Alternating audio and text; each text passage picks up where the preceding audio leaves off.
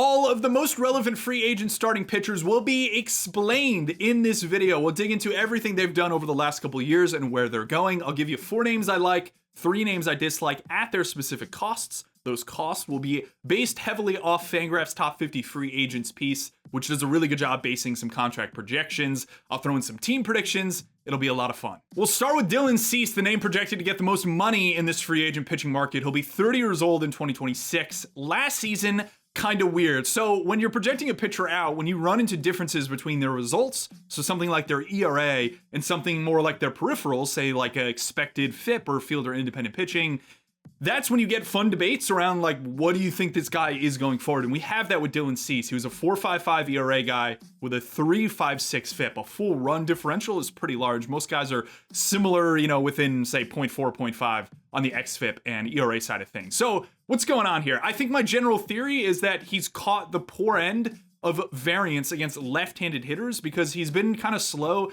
to develop peripheral pitches. What I mean by that is he kind of cuts the ball a bit. I know he's a pretty vertical slot guy, so when you look at his plot, everything is kind of straight down in a line as opposed to someone like, say, a Michael King, where it's very lateral, so to speak. But versus righties in 24% strikeout minus walk versus lefty, it was just 16%. 16% is right around the average here. So the righty approach is working. You go back to 23, 24, he added a sweeper. This was kind of fun. Like, okay, he's playing around something new. 24 to 25, he started throwing a lot more sinker. So a lot more sinker this year. Get guys off the 4-seam. Sinker wasn't that great. Maybe there's an orientation tweak in there that a team can attack to try to get more drop on it. But, the righty approach has blossomed. The lefty approach, not so much. You go back to 23, a lot of splitter, a lot of curveball, not that good. So what he did in 24 was throw a bunch of slider. He pushed this pitch up from about 27% usage to lefties up to 38, almost 40%.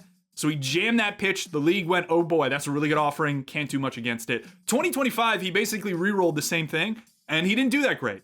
Specifically in 2-strike counts, he had a barrel rate up around 10%. Swing rate was down a bit. He's a chase artist in 2-strike counts, as most guys are, but him more than others. And he gave up barrels when he was in the zone, didn't generate a lot of chase. So what's the path going forward? It's an interesting one. I think I would probably try to really aggressively use more curveball versus left-handed hitters, try to take away the decay of the 4-seam fastball in game. The other angle here, I say at the top here that he's slow to develop peripheral pitches. He was slow to bring on the sinker to help him against righties, and he's kind of never been able to throw a hard changeup, which makes very little sense to me. This is something that Tyler Glasnow ran into as well, where it just seems like he's never been able to get a feel for that pitch, despite the fact, in my brain, he kind of cuts the ball, so I wonder if there's a way to get him like a seam-shifted changeup. He just hasn't been able to get it. So if he goes to a sharp team, good on the pitch design side, I wonder if they get him a better sinker for righties, make him even better versus righties, and then try to get the 2-strike approach a bit back versus lefties by giving him a better changeup. If not, probably backing off the fastball to some extent is the way to go. A lot of barrels last year, really interesting guy. Are you comfortable paying 30, 31 million per year for him? Projection is somewhere around 5 years, 155 million, which is around a $31 million AAV. My prediction, he goes to a sharp team on the pitching development side, the Red Sox here. They need an arm. He'd be kind of their 2 behind Crochet. Maybe there's some upside of that. Maybe he falls back to a 3. I think he's somewhat of a scary contract at 155 million. That's why I think he has to go to a team that's good on the pitch design and development side of things. Framber Valdez is next up. He's another guy who's going to get probably close to 150 million in total value on his contract. He'll be 32 next season. He's been sub 3.5 on his xFIP for each of the last 4 seasons. And in each of those seasons, he's been 175 innings plus, really strong. There's only about 15 or so qualified pitchers every season that are below that sub 3.5 xFIP mark. So you could consider him, a clear top 15, 20 pitcher in baseball over the last couple seasons. As to whether he'll do that going forward, always the question with these contracts. He's been really tough to barrel, so that's kind of what you're hanging your hat on here. Below 7% in 4 of the last 5 seasons. Barrel rate average is right around like 8.5%, 9% overall. His approach is really simple to understand too. He throws a bunch of sinker to right-handed hitters as a lefty early in counts. So he's up around 60% sinker to right-handed hitters, which is a little odd, right? A lot of the time off-handed sinkers or opposite-handed sinkers, so lefties throwing them to righties, is not something you hear about a ton, or people say don't do it because it's not going to work. It works for Framber. Then when you get to 2-strike counts off him, he drops that sinker usage all the way down to 19%. So he almost cuts it by 2/3 overall, right around that mark. And then he starts to mix you curveball changeup based on your path. He's heavily down in the zone. He's a really interesting pitcher. I just think he's a weird look, partially because he's a little shorter. He's got an average arm angle. and he's super far over towards the third base side. So what happens is that release point is very centralized over the center of the rubber. That's kind of the feature when I watch him that I think about. I always wonder whether that's tough for righties to like understand the flow of the ball, because he's throwing sinkers that kind of maybe look like they're going at you and then end up down in the zone. Kind of similar to like what Matt Liberatore does with the Cardinals, but Liberatore's a far larger dude, taller pitcher. Second half for Framber versus righties, he wasn't totally sharp. His sinker started to drift up in the zone a bit, which I'll show. Negative expected run value on that offering in the second half. Kind of odd for him. Strikeout minus walk fell from 17% to 12% versus righties. Again, a lefty's going to face righties 3/4 of the time, probably around almost 80%. So that is really all you kind of have to focus on here. Versus lefties, they're just going to get a bunch of sinker curveball. I don't think he's going to have problems. But again, I don't think a lot of the flags on him are poor. It's just more a matter of, as you project him going forward, he kicks in at 32, 3, 4 years old. Like, if he pushes down to say 93 miles per hour, does that take away from his effectiveness overall? I would argue not. We've seen guys like Ranger Suarez, who we'll talk about in a second, be fine in that like 91 to 93 window. I don't think Framber's a guy that needs the velocity. Of course, it's nice to have it there. It's why he's this good. But these contracts into 33, 4 years old are tough. You also have that really weird thing where he like threw at his catcher, which I have no idea if that's going to affect his market at all. But I got to imagine if you're a GM sitting in a room about to pay this guy $150 million, yeah, I might ask around the league as to what people thought of that. It's a weird one. I have him, FanGraphs, has him going for 5 for $150 million. That's $30 million a year, just under Dylan Cease. I think that makes a lot of sense. From a value standpoint, my destination for him, going with the Giants. They have some money they need to spend. If they don't get Kyle Tucker, I think it makes sense to reallocate it to one of the top pitchers in the market.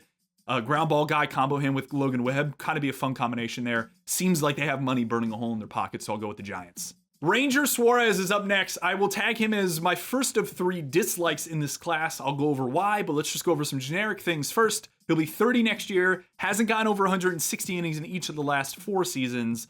Career 3.38 ERA alongside a 3.68 xFIP. Pretty strong overall. He's not throwing 95, so this is why he throws 5 pitches, 15% or so plus, more than 15% of the time to right-handed hitters. So he's a mixed guy. So what he's naturally doing as a lefty to righties, pushing them, as opposed to a guy like Framber, who's very centralized around 3 pitches. The reason I don't like him is that his velocity was down. 93 miles per hour is right around where he sat, say, in 2023, 2024. He was down to 91 miles per hour in 2025. If you look at his average fastball velocity in the second half of this most recent season, it was below 91 miles per hour. And if it's not surprising, then if you look at what was the problem between 2024 and 2025, despite the fact he was good overall, is that both the four-seam and sinker effectiveness backed up versus right-handed hitters. And this, I think, would be just directly applied to the velo. The expected run value here was both negative on both of these offerings to right-handed hitters. And those were kind of his only good pitches versus righties in 2024, such that what you see in this most recent season is he kind of pushed the curveball and the changeup a bit more versus right-handed hitters, and both of those pitches were pretty successful. They were actually really successful, but I don't think that he is a guy you want to pay like $25 to $27 million a year for if he's just throwing curveball and changeup a ton and you're worried about the effectiveness of the fastball and the sinker given the lower level of velocity. So the key here is, do you get the velocity back, right? If you're looking at this guy from an acquisition standpoint, you got to go to the biomech team, to the pitching department, director of pitching, etc. All those minds have to come to some conclusion as to how you think you could get his velocity back up 1.5 miles, 2 ticks, whatever, at age 30. And hopefully that sustains through the 4 years of this contract you're going to give him. That's a big if. And I think there's a lot of risk inherent in that. I think a lot of the times it's easy to just point it out and be like, this will change. But because we have, I'd say, a relative lack of understanding on the biomech side, on the public space, I'm a bit more blind as to like how you get the velocity back. Is this an easy thing? Is it just, his conditioning in the offseason is poor, and now that he's 30 years old, his body's going to start breaking down, so he's got to up what he's doing in the offseason from a workload standpoint? Is it more like, oh no, he just ran into some underlying small injury stuff that he was battling over the last year or two, and we think we can fix that really easily and get him back to what he was in 2023? A lot of questions surround this guy, and I don't think you're going to be 100% confident in any of those solutions when you're looking at him from a $25 million a year standpoint. So in the case of Suarez, I would just rather, I think, pay up for a Framber or a Cease, even if those guys have some risk, which I presented, or I'd just go down to the lower level of the Michael Kings of the world around that $20 million window, take a shot on a guy that I think has more upside. he's just caught in between to me. And I don't like, I think, the cost relative to what you're going to have to do to him for him to be as successful of a pitcher into the early 30s of his career. Michael King is our next pitcher of interest here. Now, there's a chance Padres extend a QO, he accepts a QO, and then he's back on the Padres, which makes a lot of sense because they need a lot of rotation help, as I just mocked Ranger Suarez there. But we're assuming a bit more chaos in this video. And regardless, I think what I'm talking about applies to the guy, even if he just goes back to the team that he was with, which in this case is the Padres. So 31 years old next year, 2023, he ends the season with 9 pretty awesome starts with the Yankees, ends up getting flipped for Juan Soto. 2024, he dominates over 173 innings, looked like one of the better pitchers in baseball, fun in the postseason. He was fun. This was like a breakout season for him. I don't think a lot of people thought he'd be stretched into the role and succeed, and he dominated. You go to 2025, he gets hurt with a shoulder nerve issue and then a knee issue. Both of them, from talking to people in different orgs, doesn't seem like it's like a massive concern around the medicals, quote unquote, that he presents. But the big issue in 2025 is that his barrel rate doubled from about 6% to 11%, give or take based on the handedness, but it was a consistent thing between lefties and right-handed hitters. It's not like he just had an issue versus one or the other. As to why this happened, it's kind of an interesting question. I'm going to go towards more kind of soft skilly things here. Maybe not even soft skill, but just he's sinker. I'm going to show his sinker location right here. So what happens if you look at 24 to 25, the location of this pitch is a lot more inside. And what we saw as a result of that is the four-seam fastball was good, but it wasn't like as absolutely dominant as it was, specifically versus right-handed hitters. Here's what we're looking at from 2024-ish to 2025. I wonder whether the movement of the sinker to be a bit more inside messed with what you'd call like the visual path that a pitch creates relative to other pitches in a mix. This is something I know the Dodgers care about a bit in terms of throwing a lot of like short sliders and fastballs away as opposed to pure elevated. If you look at like the heat maps of Yamamoto and some of these other guys, I wonder if that like kind of more backdoor sinker from King helped the presence of his sweeper and the presence of his four seam up. Whereas if you move that four seam more inside relative to the two other pitches, it's easier to kind of split the zone as a hitter and go, okay, I know it's either up away chase on the four seam, which I'm not going to swing at, or chase off the play sweeper. Whereas like now inside is my fire spot for the sinker. I'm not entirely sure. I'm kind of thinking through it in my head, but you get what I'm saying about the visual lane for him moved. I wonder if that affected him to some extent, and I wonder if a team tries to get back more of those like backdoor called strike sinkers to right-handed hitters specifically. That's my angle on him. I don't really know what else I have here, partially because it's always tough when we have confirmation of injury, like a shoulder nerve thing, the knee issue. Like, how much of the data from 25 is really relevant? You obviously have to wait it a bit, but do we equally wait 24? A lot of like Marcel projections, I think they're called, or take like a weighting of the most recent year relative to prior years. That is going to look not so favorably at Michael King. Whereas if you take one that kind of evenly looks at the last time he was healthy and right now, and you don't care about the medicals, you could probably talk yourself into him being a very good value at the projected about $4 for $88 million that FanGraphs has him getting, which I think is pretty good value, especially if you could keep him in that window. You're 22 a year. He's not Ranger Suarez up at 26. I think he's got a chance to be a better pitcher than Ranger Suarez next season. So my destination here is the Mets, and I say that because his plot, and this may be very like reductionist, but his plot is very similar to what the Mets target. It's kind of like an inefficient four-seam fastball from a somewhat low slot that the guy can ride and throw. Think of like Brandon Sproat, Nolan McLean, etc. All these guys have a very similar lateral plot with the ability to mix in four-seam up, curveball down. King doesn't have the curveball. I wonder if they kind of bring that back. But again, sinker changeup. This is like the Mets plot. And I just wonder if he's like an affordable option for them to take a shot on. New pitching coach Justin Willard there from the Red Sox. We'll see what they could do potentially with a Michael King. They need pitching. I think Michael King is actually, I buried the lead here, but he's my first like of this free agent pitching class because I think he's a good pitcher. I'm not totally convinced 25 is what we're going to see going forward. And he's going to be cheaper than some of these other top end names. And I think he has the potential to be really good over the next couple seasons. Shota Imanaga, a late entrant onto this. So I'm recording it on the day the Cubs could extend a qualifying offer to him. So whether he does that and he accepts it remains to be seen. Again, that date's November 18th. My assumption, he's extended a QO and he accepts a QO. If he doesn't accept a QO, then I think there's a renegotiated contract in like the 2 for $38 million window, 3 for $45 million window, and he ends up a Cub. So I'm spoiling that. I think he's back with the Cubs. We could talk through him very briefly though. The big thing here goes back to what we were talking about with Ranger Suarez. The velocity was just down. And we have a specific reason on this one. So he had a hamstring injury, missed like a month and a half or so. He was 91.9, 92 miles per hour in 2024. Looked really good. He was 90.8 this year. The velo ticked back as the season progressed. stop throwing as much four-seam fastball. He's a very specific pitcher where it's just four-seam split, very vertical, up, down in the zone. And for the most part, it didn't work. And the easy thing to look at here is just his splits. When he throws 92 plus, he allows a 437 X slug on his four-seam fastball, 19% whiff rate. He's below 92, it's a 566 X slug. So it goes up about a little over, 160 points, or 130 points or so. And it's a 16% whiff rate. 12% barrels overall, really bad. So you got to put him in a big park. I think his market is somewhat limited. I don't think a lot of teams, if they attach a QO to him, the Cubs do. I wonder if that's just like a negotiating tactic of some kind, because at the end of the day, like, I don't know how many teams are going to be willing to put him in a park where he could give up more home runs. And then you also forfeit larger of a compensation pick, I believe, with the QO attached if he goes to another team, if that value on the contract's over about 50 million. So they're going to have to push him under 50 million. It's interesting. I just think he's a Cub. He fits in the park. They need rotation help. I'm going to mock another pitcher to them. Spoiler alert as we get into this video. You know, it is what it is. This is kind of a weird one. A lot of weird things, I think, going on in Chicago in terms of how they're spending money or thinking about spending money long term. We'll see if they do anything more interesting beyond Shota, but pretty clear reason why I think he was worse than 25. A bit surprised that everyone is kind of off him, or not everyone, but a lot of people are off him relative to some of the other guys in this market. I think he's a good pitcher. As to whether he's not a postseason pitcher, you can figure that out when you get to the postseason. I'm happy to take 180 innings to like a 3.5, 3.6 ERA from a guy like this.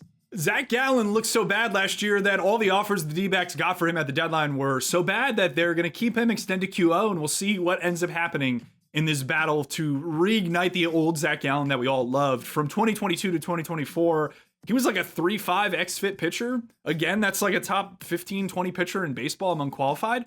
Really good. He was a really good pitcher. You jump to 2025, contract year, you expect him to ball out. He doesn't. He has a 4.12 xFIP, runs into a home run problem. No one really wants him. No one wants to figure out how to fix him. The key thing is that you saw some attempt to fix him by the Diamondbacks late in the season. So split first half, second half 2025. What we saw in the first half versus right-handed hitters in particular is that he was throwing about 53%, 55% four-seam fastball. That cut down to 37%. He started introducing a sinker, which I think was one of the more obvious fixes. D-backs brought in some new pitching people from the Phillies and the Orioles, I believe. This is the first year they were under the reign of their pitching department. So it's interesting because in the past, I've always classified the D-backs as a team that I don't think was particularly sharp on the pitching side. Did some decent things overall, but they're not the biggest like tinkerers and shape changers. But we saw some of that this year with Brandon Pfaadt and Zac Gallen to some extent, which I think is the way to do it. If these guys aren't good, you have to make changes. That is basically modern pitching. And they did a good job, I think, correcting Gallen to some extent at the end where he became more of a true sinker pitcher. The big thing I think to figure out is he's thrown a changeup a little more in the second half to lefties as well. There's all this evidence that he was trying to get better. The results were like fine. He wasn't great. He wasn't terrible. I mean, I guess relative to what your expectations were on him, he was not particularly good. But there's a couple things that jump out to me beyond, more sinker to righties, more changeup to lefties. The last 2 years, his velocity has been lower in April. Now, this is like the old Luis Castillo thing where he always corrects it beyond April. My brain on this, I'm not questioning Zac Gallen's work ethic at all. Like, that's dumb to do. No idea. I don't know Zac Gallen as a person or what he does, but I wonder if, like, I've heard a lot of free agents or even in the draft. Let's take the draft, for example. They talk to a kid at the combine, from ECU or Tennessee. He comes in, sits down with the director of pitching from a team. A lot of those directors of pitching like to know what a guy does from like a conditioning standpoint, throwing program standpoint, etc. Like, what are you doing? How do you get warm, etc. Because that helps them understand what this guy can do or what they can adjust. They understand how much of like a pro throwing program he's on. And you could kind of like back into, okay, we think there's another mile per hour in here, a half a tick or this or that, or he's underdeveloped because of X, Y, Z. The fact that Gallen comes in low on velo puts me in one of two buckets. Either he's like the Michael King who told me a couple years ago that he just like doesn't know why he's lower in velo at the beginning of seasons, or the other bucket of like maybe there's something you can actually do to correct that such that you don't have these weird Aprils that aren't particularly great and everybody questions whether you're good, and then all of a sudden you're a tick hotter in like June and July, and then you end up coasting through the season. So I wonder if that's something that an acquiring organization might try to consider or think about. The other angle here, somebody's got to fix the cutter slider thing he throws. This pitch has not been good. He's never had like an above average run value cutter slider. I imagine he just manipulates this thing, but this pitch just isn't good. He couldn't get it inside the lefties in the second half. It's a clear, like somebody from a sharp pitching design org has to look at this and go, no, we have the orientation here that'll actually help the ball seam shift inside more, such that if you're missing arm side, your plot's not going to look like you're throwing it right over the middle of the plate to lefties and it's getting whipped. Somebody's got to fix that pitch, because you give Zac Gallen, who cuts his fastball, a decent slider cutter shape, or even slider and a cutter, you could really reinvent him as a pitcher. And I just don't know if the D-backs have perhaps the aptitude to do so. Maybe they do now, but again, is he going to be a D-back? I think there's a chance. I had a really tough time placing him in an org. The projection on him is about 2 for 36, $18 million a year. We'll see if he can repair some value. Maybe there's an opt-out built in there. I had him potentially going back to the D-backs. I know it doesn't make any sense, but a team that I think could fix him is the Yankees. They've had some pitching depth here. Luis Gil, Cam Schlittler. Gallen doesn't really fit, but he's the guy that if he goes to that team with Matt Blake and Desi Durchell now back on that org from being in the Mets for a year, I think they could fix him. They did a great job with Max Fried in terms of making him seem like he's a steal for the money they got. The other team is the Orioles would be interesting. They do some sharp things on the pitching side that I don't think a lot of people know about, just because they haven't had great success getting their pitching prospects to develop into studs. So I'm a little torn on Zac Gallen. The funny thing is here, I say all this, but I think he's kind of fixable. I'm more confident in the fix on the shape and mix side, going to a smart org, than I am on the biomix side of Ranger Suarez. So I have him as a like. I actually like him relative to the value. $18 million a year for a guy who's been a pretty good pitcher in his career. I don't think it's impossible to unlock that again. You just got to go to a good place. The Yankees can do that. Maybe the D-backs could do that. The Orioles could do that. So I'm fracturing where he's going here, but he's one of the more interesting guys. I'm curious to see where he lands in this free agent class. Cody Ponce coming over from the KBO. This is kind of an interesting one. I wrote about him in my Substack, which I encourage you to check out. I'll link to it in the video description here. I don't do too much posting in there in the off season, but come the regular season, I'm in there pretty much every day. A lot of fun pitching analysis. I can't wait to get that going and into gear for 2026. He'll be 32 next year. He was last in MLB in 2021 with the Pirates. He had huge left-handed hitter issues. He got drubbed by them. I think his xFIP was over 6. Came on his walk, wasn't good. He goes to the KBO for 4 seasons. The funny part here, he wasn't particularly good in the KBO for 3 years. He was fine, but a 3.6 in the KBO is not going to really tantalize. I think a lot of people stateside for him to come back and be a much better pitcher. This year, however, he throws 180 innings of a 1.89 ERA, and everyone goes, what changed? Because the came on his walk here shot up. It was 36%. I get KBO hitters aren't good, but you regress this back to a league average pitcher. And if the projections here are that he's only going to make, $8-9 million a year, FanGraphs has him as 3 for 24.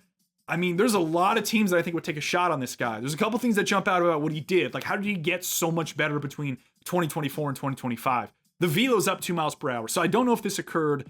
My assumption is this occurred between 24 and 25. He was 93.5 back in 2021, 95.5 this most recent season in the KBO. 2 mile per hour jump is fantastic. He was touching 98, 99 at times. 95th percentile velo, I think, is high 98. So he definitely touched probably near 100. The other thing that's big here, he has this kick change. And someone on Twitter posted the grip of this, and I'm going to shoot it up here. This is the modern thing, right? You kind of have trouble turning over a true changeup, getting depth, getting separation vertically alongside holding velo. You use this middle finger spike to help you kind of kick the axis down, get more drop on the pitch. His was fantastic overall. This pitch dominated in the KBO. He also got it in zone a bit. The concern here, I'm not entirely sure what's up with the 4-seam zone rate. Now, maybe my data from the KBO is just weird, but he was 47% zone on the 4-seamer. That's not particularly great, especially for a guy who had a 6% walk rate. So I'm having a little bit of trouble reconciling that. But again, we're really getting into granulars here. If this guy's only making $8-9 million, again, I think this is a guy that's going to have multiple offers in the exact same window, such that he's going to pick. I assume he will pick a place where he can start, right? He's going to want to be good. I don't think this is a reliever. Sure, maybe it could be a reliever to some extent. If he's touching 98 as a starter, maybe you turn him into a reliever and he's great. But the ultimate upside here is getting a starting pitcher to throw 150 innings, 4.1, 4.2, 4.3 ERA at $8-9 million. Everyone would sign up for that in a heartbeat. I get he's a little older, but yeah, there's some development opportunities too. He had a cutter and a gyro slider in 2021. From what I was looking at in the KBO, I think it's just a cutter now. So it's pretty obvious. I think another team will bring back the gyro or try to separate it out, get a little more sweep to help him versus right-handed hitters. But he's not going to have the same lefty problems because of how good the kick changeup is. I have him going to the Brewers, who I think need some rotation help, maybe aren't going to spend this is one of those ones, if he goes to the Brewers, then you kind of groan and you go, oh God, they got another value. Look at this guy. You know, they got a bunch of random pitchers to throw well this year. Chad Patrick looked great. You know, Brandon Woodruff, lower velo was fantastic. I wouldn't be stunned if they get Cody Ponce and he's like a great pitcher. Maybe not a great pitcher, but a good pitcher, especially for the dollars you're paying him. So I like Cody Ponce. He's my third, I think, that I'm sealing with the Lance seal of approval here. I think he's a great value, and his data from the KBO looks really good. Zac Littell is up next. He's one of the more sneaky young pitchers in this class. He just turned 30, so he'll be pitching in his age 30 season next year. His trajectory is kind of fascinating. This guy was not particularly good with San Francisco and Boston. He went to Boston in spring of 23. Tampa acquired early 2023. They immediately move him on the rubber, give him a sinker sweeper, and then things start to take off, and you go, man, how did the Rays do this? You know, I think they hit probably like a high percentile outcome on what they thought they could do from like a conversion and adjustment standpoint, similar to what they got out of like Robert Stevenson. They just are very good at capturing these high-end outcomes on guys that I think a lot of people throw to the wayside in baseball as a whole. You go to 2024 with the Rays, even fewer four-seam fastballs, started throwing a lot more sinker, splitter to right-handed hitters. The slider goes from 27% to 36% against lefties, which is a pretty big jump. So you see them start to kind of ID what they want him to throw. The Reds acquire him at last deadline, 2025 deadline. The cutter usage versus righties cuts way down from 32% to 16%. They push a lot more splitter. So he turns into this guy. There's often this phrase I'll use where it's like, okay, as a right-handed pitcher, you crush righties, and then you mix lefties to death. He's kind of the opposite. He's kind of mixing righties and crushing lefties with a lot of the split, in particular what the Reds did. So if you're looking at him, because he's cheap, the projection on here is about 2 for 24, so he's $12 million a year. I think the signature of this class from a pitching standpoint are these guys that are a little cheaper in this like $12 to $15 million-ish area. Because I think there's going to be a lot of competition around these guys where you'll have a lot of very similar offers, and a Littell might get the ability to pick whether he wants to go like back to the Giants as depth, or who else did I have here? I have him going to the Rangers, who I think need some pitching depth. So I like that too. It's a cheap way for them to get some innings.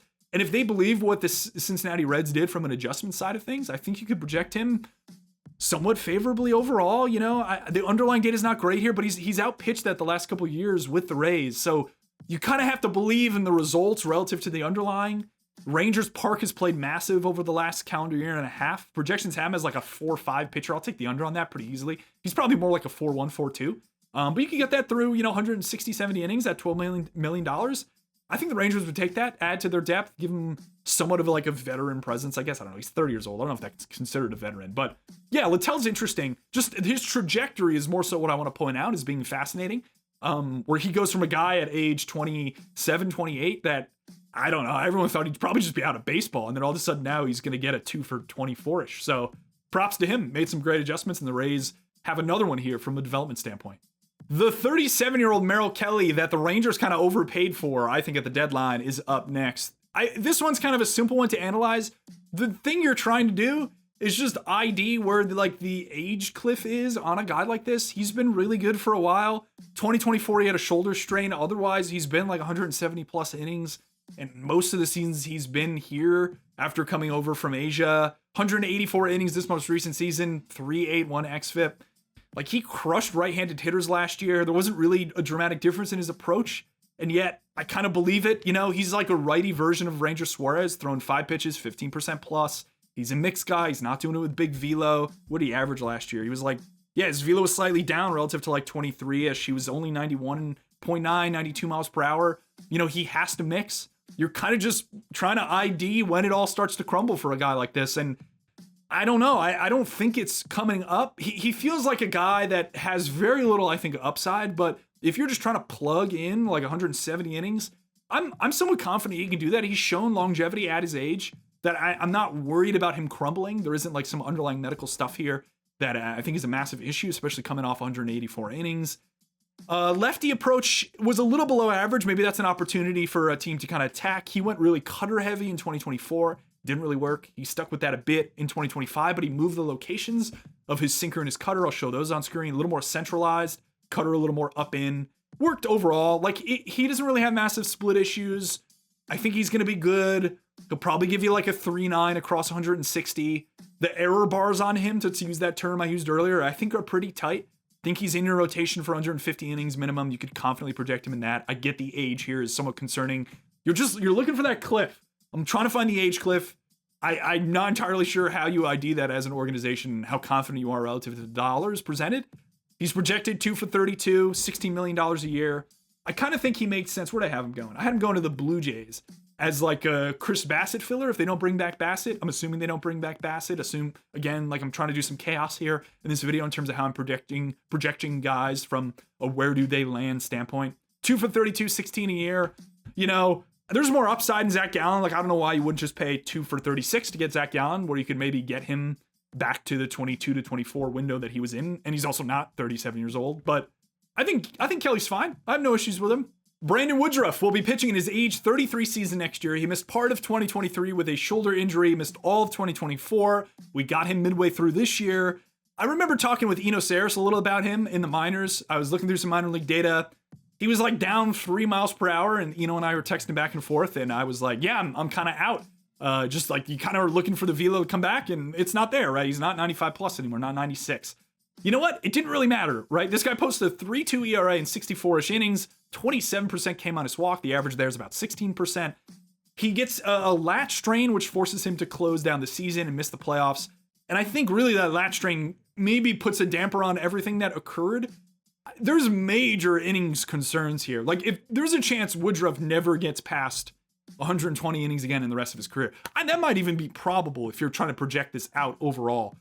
Baseball America speculated he was like a 1 for $30 million candidate. I don't understand that at all. A lot more of the rational projections I've seen are like 2 for high 30s, maybe 3 for 60. FanGraphs, I think, had it at 3 for 66 at 22 a year. I think if you're acquiring him, signing him, you want him on a multi-year deal to get the upside that he's okay after this season. But there's a good chance this dude just never pitches again for you if you sign him. And that is a massive risk that I don't know how many teams are willing to accept. I have him as a dislike. So I think is my second dislike on this list. Yes, alongside Ranger Suarez. Partially because I just think the risk of loss here is massive. Like, he looked great, but you also have the angle I didn't mention this, I will right now. The stuff is way down, right? Partially driven by the velocity doc that we're talking about. He's more 93 now. But he adds a sweeper, he changes the slider into a cutter. Maybe he just like, the Brewers are very cutter friendly as an organization, so perhaps that's an angle that another team looks at and goes, I don't like. They move him off and he's not as good. Maybe he just needs the Brewers to throw this cutter a ton. You already know the team that I think he's going to land on, because everyone's going to, again, groan when he goes there. This feels like a Dodgers sign to me. They're willing to accept injury risk on a guy like this. You know, the Rays are also as well. I just don't think they'll pony up for this kind of money on a guy like this. But when you are willing to more accept this risk I'm talking about, they don't need him to throw 150 innings in the Dodger rotation. He throws 90 innings of a 3-2 like he just did. He'll be great. Maybe they have some route to get the stuff back.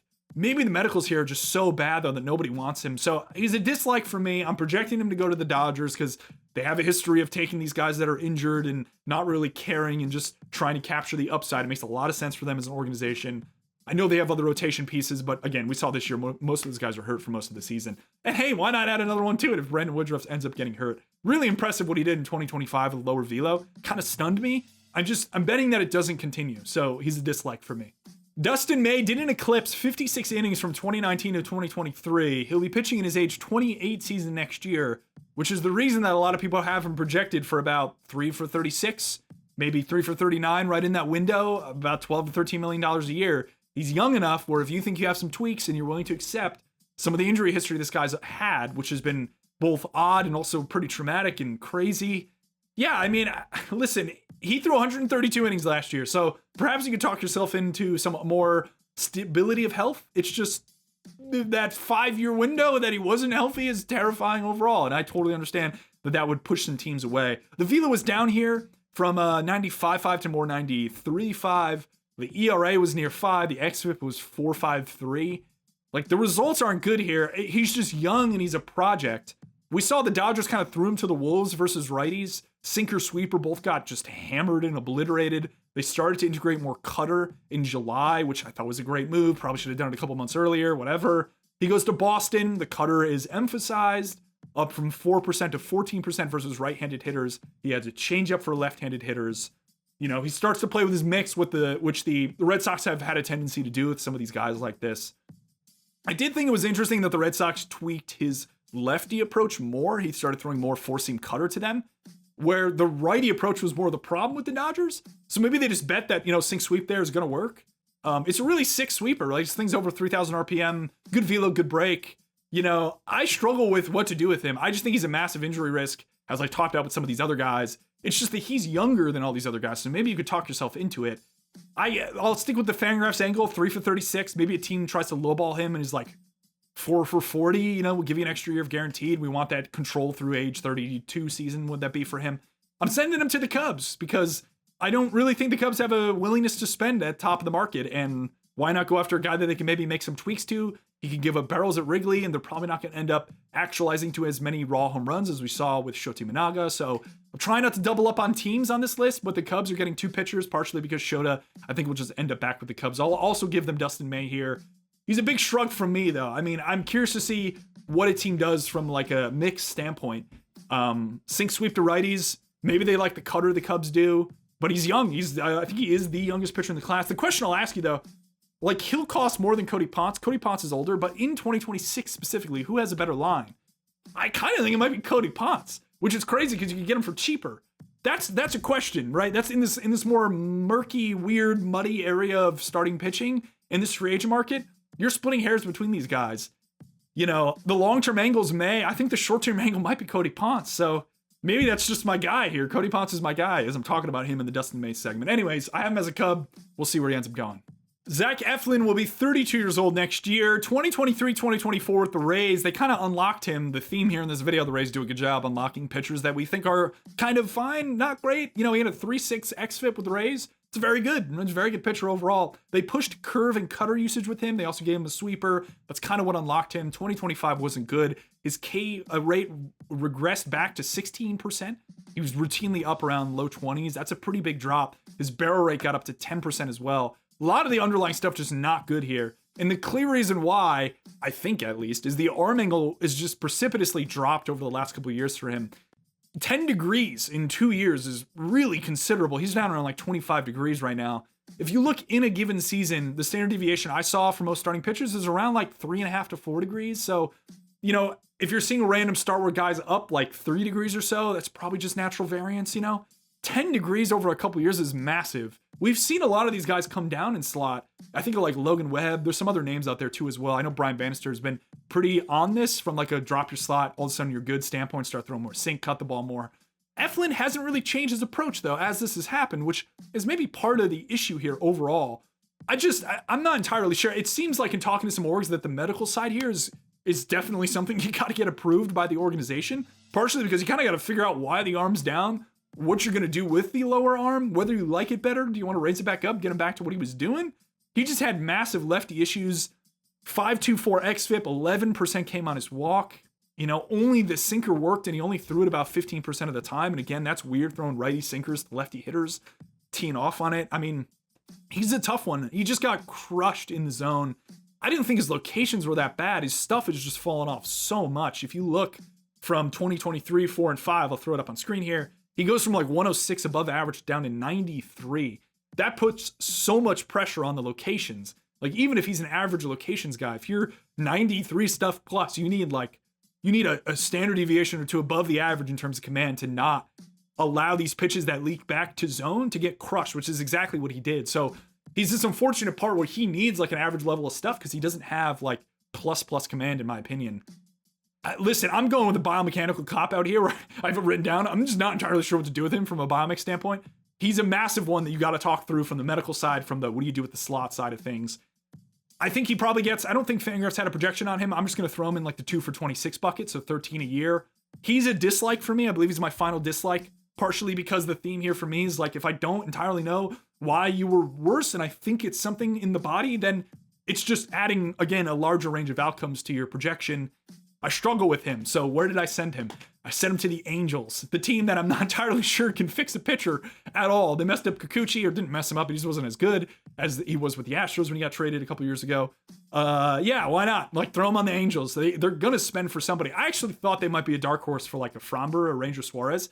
Just thought that'd be a weird team to project him to. But partially because I'm not entirely sure if like Perry in this 1 year has the ability to make like crazy multi-year commitments, Artie Moreno, is he going to improve that? Is that okay? So maybe they just add a couple of these like random dudes like an Eflin and just think they have the fix with Mike Maddox there now from the Rangers. We'll see what happens. 2 for 26. I'm just a dislike on him. I just think there's better names around here I'd take a shot on. And unfortunately, it's not Eflin. Chris Bassitt is fascinating. We saw him in the World Series. This dude throws 9 pitches. He'll be 37 next year. From 21 to 25, he's just been an absolute metronome. He's had some results regression, I think mostly related to the velocity dropping about 2 ticks in that 5-ish year span. You know, for certain guys that mix this much, I don't know if you see the exact same velo relationship to performance. You know, I was talking about this with Ranger Suarez a bit, where I think that's the reason why the fastballs weren't as good. Somehow, Bassitt has not had to deal with that as much. This is the exact same thing I was talking about with Merrill Kelly, though. You're kind of trying to find the age cliff. Like, is it right now? Is it in 2 years? How comfortable are we him signing for a year or two and expecting him to eat up 150 innings of a league average ERA, which has a lot of value in the modern state of baseball? I imagine he's a great clubhouse guy too. He just seems like a really cerebral dude, fun. I find it hard to analyze guys who throw this many pitches. The fun note I will bring up though is that he moved on the rubber. So 2024, moves over in that season to the third base side. Starts 2025 with the third base side, moves back to the first base side. I'm not sure if he's playing with angles. I couldn't see really a dramatic difference in any of his splits, pre or post movement, just depending on either slot. Maybe he's just trying to mix guys up. It's kind of fun. Like, he's the guy throwing 9 pitches, mixing a bunch. Yeah, move on the rubber, man. Why not? Like, he throws a bunch of sinker to righties, a lot of curveball early count, kind of goes to cutter sweeper late. He improved in each of the last 3 seasons versus right-handed hitters too. Last year's a 3.26 xFIP with a 20% which came on a walk. That's fantastic. His lefty contact quality always hasn't been as good as the righty contact quality. It's kind of what you're hedging against. Guys, teams tend to stack lefties against him for the most part. He kind of doubled the four-seam usage up till about 15% this year. Didn't do too well. Behind and count four-seam is up as well, which I actually kind of like as a way to get around maybe some of the sinker he throws from right-handed pitcher to left-handed hitters, which can cause some issues at times when he catches barrel path. Projections on FanGraphs have him at 2 for 36, $18 million a year. He's got the track record such that I think you have to pay up for him relative to other guys. I have him on either the Orioles or the Astros.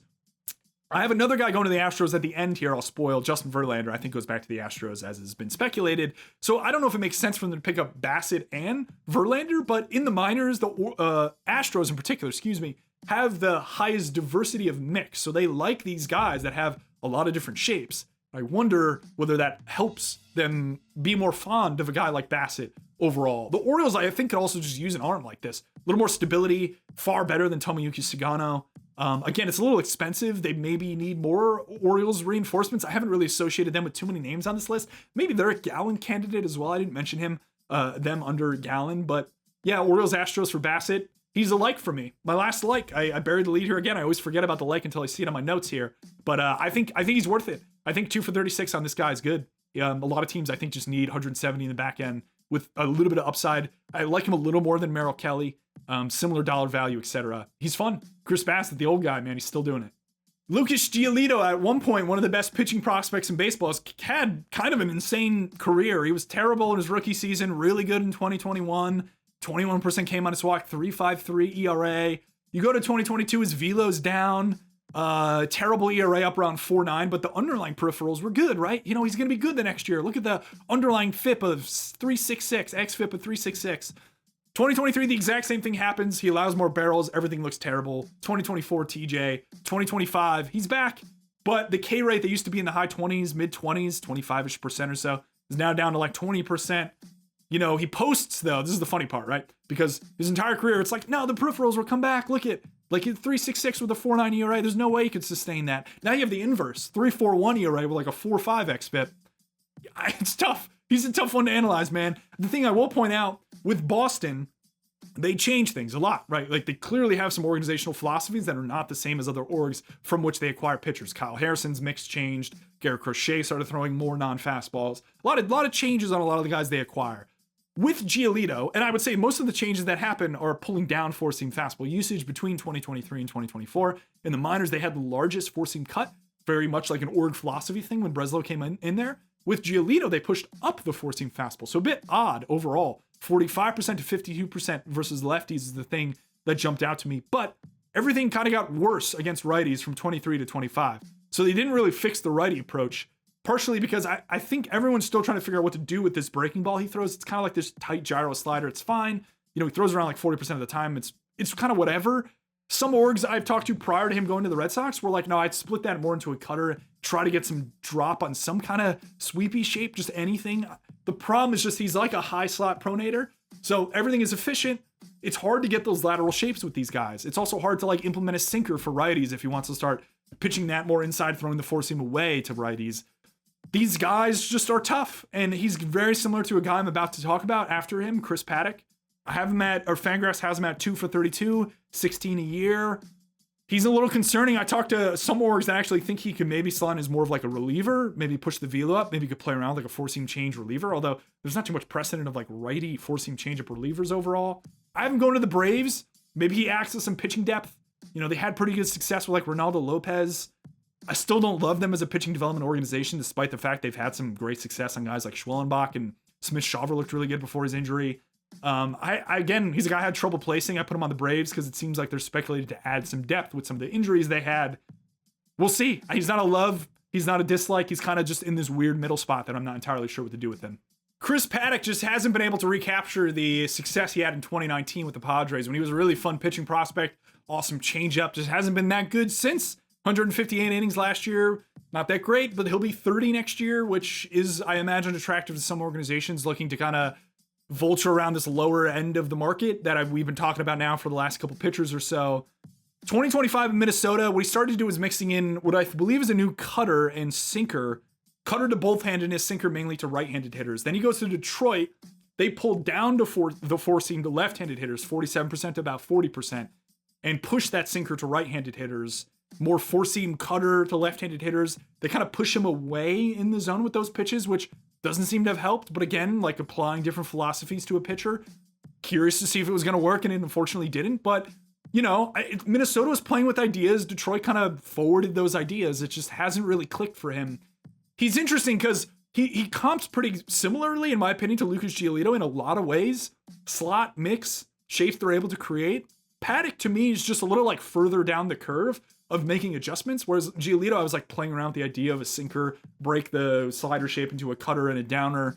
Paddack's already like got those, so I kind of wonder if Paddack's like a better value, especially if he's a little bit cheaper than Giolito. Giolito's like 2 for 32, 16 a year, I think is what I had him at. Paddack I have at like 2 for 22, 11 a year. You know, like maybe he's a little bit more expensive than that. I don't think there was a projection on him on FanGraphs, so I'm kind of eyeballing, spitballing that one. Maybe it's a little more. Maybe it's like 2 for 24. But he's got outs. I wonder whether he goes to like a team, and this is a funny one that I sent him to, but the Rays, he's very similar to like Taj Bradley in a few ways. And the Rays are really good at like playing around with orientations and getting tweaks on guys to create good results. Maybe not so great on like the body side of things, but are willing to accept a variety of injury risks. He was off TJ, he's probably got a decent amount of time before the elbow explodes again, which it will for everyone. I'm not just saying that for Paddack in particular. But I think the Rays are kind of like a weird fit here, where it's like you let Paddack go. Are you really going to have Joe Boyle as your 5? Like, Boyle's fun. I just view him more as like a 2 to 4 inning guy. Maybe he piggybacks with Paddack. They get a version of Taj Bradley back in their org, and they can play around with some of the shapes here, pull down the four seam. You're also getting Tropicana back, which kind of inflates vert. So maybe he goes there and it's like, oh, look, he's got another half inch of vert on the four seam. It plays better than it has elsewhere in the league, Minnesota, Detroit, San Diego, etc. So 2 for 22, going to the Rays. Him to Giolito is the dollars in team I'm curious to see, because they're very similar pitchers to me. You know, like you create archetypes around guys. Those two guys are in the exact same bucket. Giolito, Paddack. So we'll see where they go. Finishing things off with the oldest guy. His name's Justin Verlander. Everybody knows who he is. There's not much to dig into here. He'll be 43 years old next season. So I'm talking about finding the age cliff on guys like Chris Bassitt and Merrill Kelly. And you know what? Maybe it's 6 years down the road and the guy just keeps pitching, which Verlander has done. He was hurt in 2024, neck and shoulder injuries. The underlying 2025 data, not amazing. You know, he had a walk spike, but he posted a 3.85 in 150 innings, man. Like, he was good. New sweeper in 2025 as well, which it's funny. It seems like he's always a guy that doesn't like telling people what he's doing. That's different. But, you know, you can just look at these things, look at his plot. It's very obvious to see he started throwing a sweeper pretty early in the year. I don't think it was tagged until a couple months in. pushed usage on that pitch as the season as well went on, 12% to 16%. Not big, but throwing curveball more too. He started just kind of spinning guys a ton. He wasn't that great versus left-handed hitters. Early in the year, he had a 5.3 xFIP and a 10% K- walk. He kind of fixed that, even though there wasn't really any difference. He went to a 4.27 xFIP with a 13% K- walk, still below average. So that's kind of the handedness to look at. You got the age blemish, 2024 issues. Otherwise, he's been good. So you kind of just have to remove that 2024 from your mind, and you're probably comfortable with him. He's a guy that I've always wanted to sinkered right-handed hitters with. Even if you have the persistent lefty issues, you could probably push him back to an area where he just obliterates right-handed hitters again. The underlying data there is like not good either. So like there's paths here. I know Chandler Rome had a nugget that he thought that Verlander back to the Astros was over 50%. So there you go. Verlander back to the Astros. I'm praying for a sinker here though. This is the thing I've wanted for him for a while. It's just, I don't know if he doesn't want to throw it or just doesn't like it, doesn't like how it feels, thinks his four seems too good. Maybe it'll take away from something he's doing. 1 for 15 back to the Astros, rides into the sunset. They need a starter. Bring him back to the team that he's been good with. I don't see any issue there. So Verlander's fun. I think he actually fits on a variety of other teams, especially on a 1 year. Maybe he retires before next year's CBA debacle, which we'll see how that goes. But yeah, give me a sinker here, more sweeper. Like, he's becoming a modern pitcher. It just took him a long time. And, even through that long time, he was really good. So why am I the one to critique? All right, that's all I got. Long video here. Spacing my videos out a bit more, doing more in-depth stuff. Just off-season's a weird time. It's tough to put out things on a weekly basis. I figured going in-depth, giving you guys something that you could take a week or two to go through and come back to, and we'll see how the QO acceptances go. As I'm recording this, I saw the Padres extended an offer to Michael King, so I'm going to get this out probably like 4 or 5 days after that as I edit this. Fun video. Let me know your thoughts. If there's any fit you think is perfect that you love or who you think your team should go after. Some guys I didn't address in this video, maybe looking for some of the international guys. Tatsuya Mai in particular is in my MPVB video, which you can hop back into my videos and check out. As always, hop into my Substack. I'll have thoughts in there. I had thoughts on Cody Ponce. So if you were like, man, I wish I got those Cody Ponce thoughts earlier, Substack's the place to go. Thanks as always for watching. I'll see you guys in a bit.